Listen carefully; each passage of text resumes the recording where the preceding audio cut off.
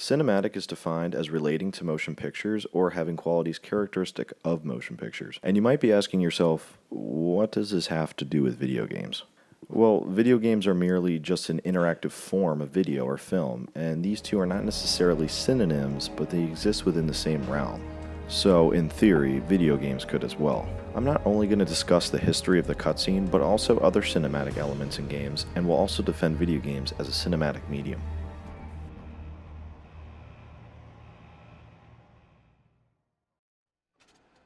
Firstly, a cutscene is a non-interactive sequence used by many games to provide backstory, advance the plot, or illustrate objectives for the player to complete.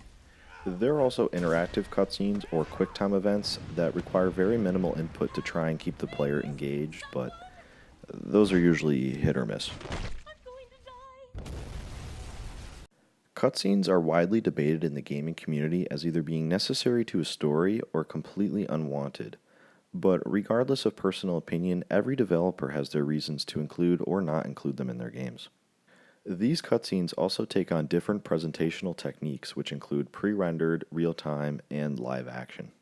Pre-rendered cutscenes are usually much more costly as they include film-level assets and the rendering takes a lot longer to complete. Meanwhile, in-game cutscenes are usually the most common amongst games as graphical fidelity in real time has significantly increased to a level that can almost match previous generation pre-renderings.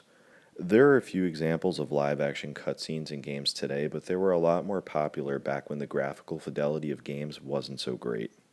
Although they can be endearingly campy at times, I'm glad that most of them are gone from games today, because some of them are just unbearable. Figure this out, smartass! Don't kill him yet! But let's go back to 1980 and the release of PacMan. PacMan is widely considered to be one of the first games that included a cutscene, which were these intermissions where Pac-Man would be chased around. 3 years later, in 1983, the first full-motion video cutscene was introduced in Bega's battle on Laserdisc. These included fully animated scenes complete with voice acting that set the standard for the industry. But it actually wasn't until 1987 with the release of Maniac Mansion when Ron Gilbert would actually coin the phrase cutscene. As the cutscene gained popularity in the gaming community, they also gained a lot of criticism amongst people in Hollywood, including Steven Spielberg and Guillermo del Toro.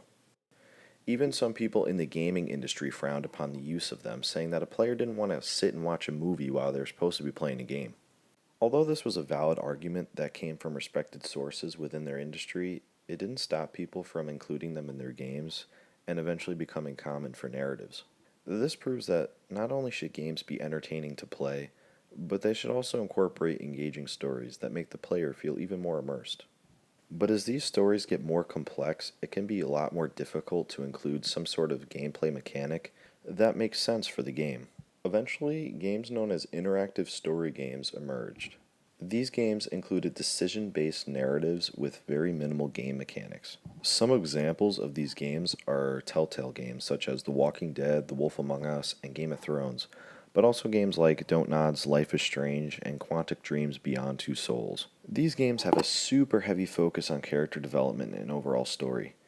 Gameplay in these kinds of games is somewhat limited, usually to button presses and light character control and environment interaction. But what sets these games apart from many others is their vast array of choices that alter the story depending on the input of the user. These stories can either slightly or vastly change depending on how deep the developer is willing to go with branching off a central plot. What gives these games so much appeal is not necessarily playing them, but watching your decisions unfold.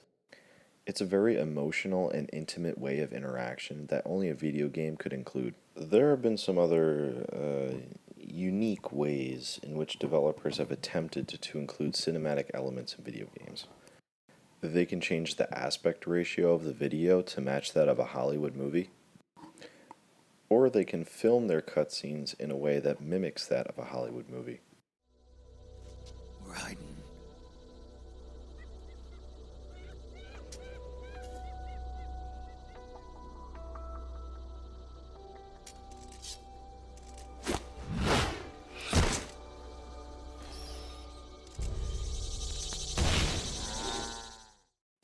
One One of the most popular franchises to include this type of cutscene is the Metal Gear Solid series. I bring this series up not only because I think personally the cutscenes are done better than some Hollywood movies, but also because Metal Gear Solid 4 holds 2 world records involving cutscenes. One for the longest cutscene running at 27 minutes, and one for the longest cutscene sequence, which is 71 minutes. That almost matches the runtime for some Hollywood animated films, and this is only one sequence in an entire game. The director of these games, Hideo Kojima, is a huge film buff, and it's really easy to see that in his games due to the way these scenes are directed and how they play out. The cutscene, although criticized by some, had become an established format of storytelling within games and have evolved since then to become a refined mechanic. It also helped create an entirely new genre of games, interactive story games.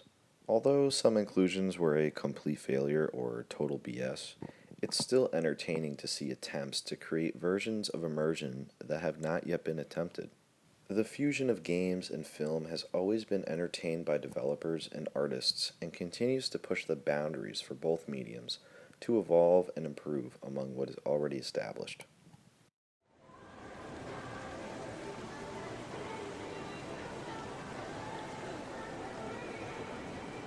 Jason! Jason!